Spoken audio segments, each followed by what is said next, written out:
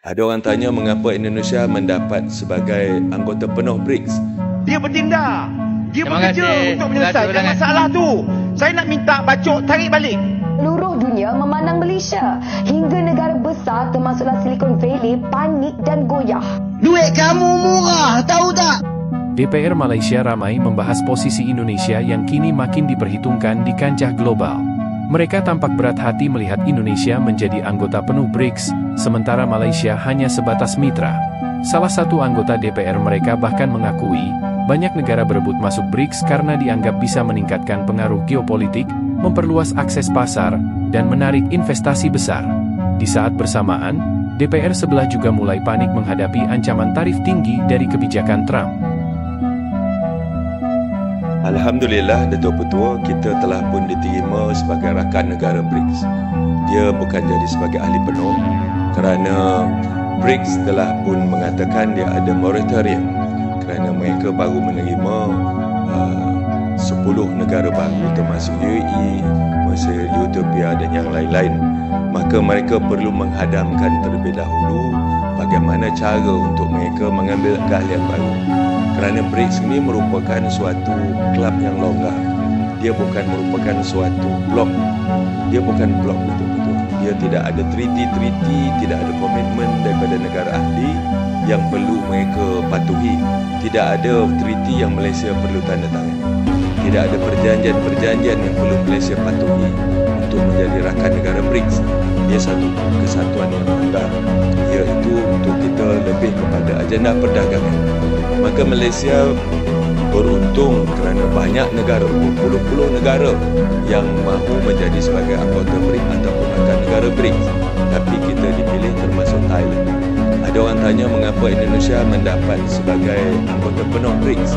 Indonesia telah pun dapat menjadi anggota penuh pada tahun 2022, iaitu semasa Afrika Selatan menjadi tuan rumah BRICS pada ketika itu. Tetapi Indonesia meminta supaya dia dikecualikan dulu untuk menjadi anggota penuh kerana mereka menghadapi pilihan raya pemilihan presiden pada tahun 2023 ataupun tahun 2024 betul-betul. Jadi mereka memilih untuk mereka KIV dulu. Tapi selepas pemilihan presiden dan pilihan raya Indonesia, mereka telah menyatakan mereka bersedia dan mereka telah menjadi anggota penuh BRICS. Di ASEAN, Malaysia, Thailand betul-betul dan Vietnam menjadi rakan negara BRICS, dan ini akan memudahkan kita sebagai rakan dalam ASEAN untuk kita berurusan dengan BRICS. BRICS besar. BRICS tadi saya katakan KDNK dunia 27% dan hampir 4 trilion penduduk. Ya, Datuk betul. Besar. Satu pasaran yang besar. Kita melihat BRICS, Malaysia melihat BRICS ini sebagai suatu kita punya peluang untuk membuka lebih luas lagi pasaran kita. Kerana kita tidak perlu terlampau bergantung kepada satu pasaran tradisi. Kita kalau bergantung satu pasaran tradisi, jika ada apa-apa berlaku dengan pasaran tersebut, kita akan jatuh terduduk. Indonesia yang dulu kita pandang remeh, kita pandang rendah. Dalam satu senario di mana akan ada perubahan kuasa besar di dunia, sudah tidak lagi hanya berpaksi kepada Amerika Syarikat, hanya berpaksi pada Barat, multipolarity, satu ungkapan dan istilah geopolitik yang guna pakai sekarang. Indonesia merupakan salah satu paksi kuasa di rantau ASEAN ini. Dan dalam ASEAN itu sendiri, suka tak suka, Indonesia saya rasa kalau ia bertindak dengan betul bagi mereka lah, pengaruh mereka akan jauh menjadi lebih besar daripada sebelum-sebelum ini. Indonesia mendesak BRICS memainkan peranan yang lebih aktif dan berguna dalam mempromosikan keamanan serta menegakkan norma global. Bercakap pada mesyuarat di luar BRICS FMM di Rio de Janeiro, Ketua Indonesia Sutono mengambil amalan bahawa tindakan unilateral dan pelanggaran undang-undang antarabangsa berisiko memenalam ketidakpercayaan dan meluaskan jurang ketidaksamaan. Beliau memberi contoh situasi berterusan di Gaza sebagai bukti nyata kegagalan masyarakat dunia dalam mempertahankan undang-undang kemanusiaan antarabangsa.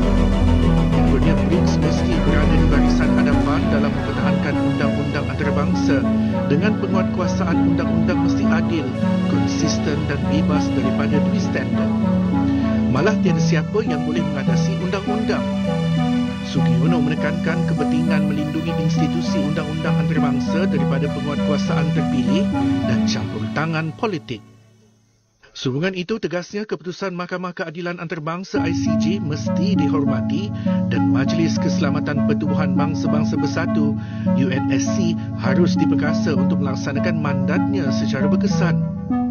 Sugiono turut mengumumkan komitmen Indonesia untuk menyertai Bank Pembangunan Baru NDB yang dahulunya dikenali sebagai Bank Pembangunan BRICS sebagai tanda sokongan negara itu dalam memperluaskan akses kepada pembiayaan pembangunan bagi negara-negara selatan global. Mesyuarat Menteri Luar BRICS turut membincangkan isu-isu strategik global termasuk perkembangan politik dan keselamatan serantau, reformasi tadbir urus global serta peranan negara membangun dalam memperkukuhkan multilateralism. RCEP dan CPTPP. Bacuk, saya minta Bacuk tarik balik tadi tu yang kata telefon ke hulu ke hilir tu. Itu maksudnya Perdana Menteri dia cakna, dia bertindak, dia bekerja untuk menyelesaikan masalah tu. Saya nak minta Bacuk tarik balik. Sebab itu sangkaan buruk tu kepada Yang Amat Berhormat Perdana Menteri. Saya minta tarik balik. Apa perkataan yang salah? Saya minta tarik balik. Hulu Langat, sila duduk. Hulu Langat, sila duduk. Hulu Langat.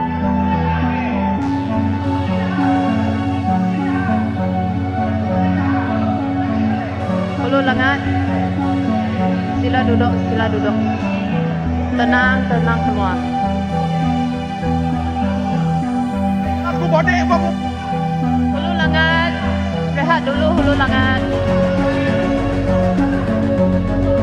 Duduklah bagi. Ahli-ahli Yang Berhormat lain sila duduk. Hulu Langat, sila duduk. Lampau ni. Saya bukan satu guru pada PM, ini satu pujian. PM rajin luar negara, rajin telefon pemimpin luar negara, itu satu pujian, satu kehebatan. Apa ini ulangan? You duduk. You duduk. You duduk. You duduk. Ahli-ahli Yang Berhormat.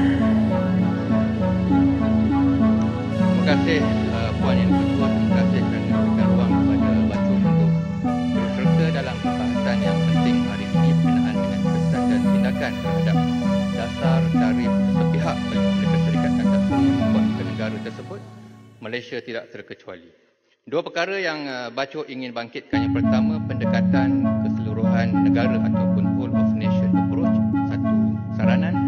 Kedua, kedaulatan ekonomi negara, suatu penegasan. Puan Yang Dipertua, secara ringkas, impak kepada Malaysia amat ketara dalam pelbagai aspek, antaranya risiko penguncupan ekspor, kehilangan daya saing negara, kesan domino kepada penghilang dan pengekspor tempatan serta tekanan kepada pengusaha kecil sederhana untuk mengadaptasi perubahan. Itu belum dikira kesan langsung kepada rakyat yang dibangkitkan oleh Yang Berhormat Ketua Bangkang. Kenaikan harga barang, pengurangan atau penyasaran subsidi yang mungkin ditangguhkan, serta risiko pemberhentian bekerja dan pertumbuhan ekonomi yang jujur lebih perlahan. Ironisnya, meski sebagian warga Malaysia kerap menyombongkan diri dan menyebut negara mereka kaya, justru Indonesia yang kini dipandang hebat dan strategis oleh dunia internasional.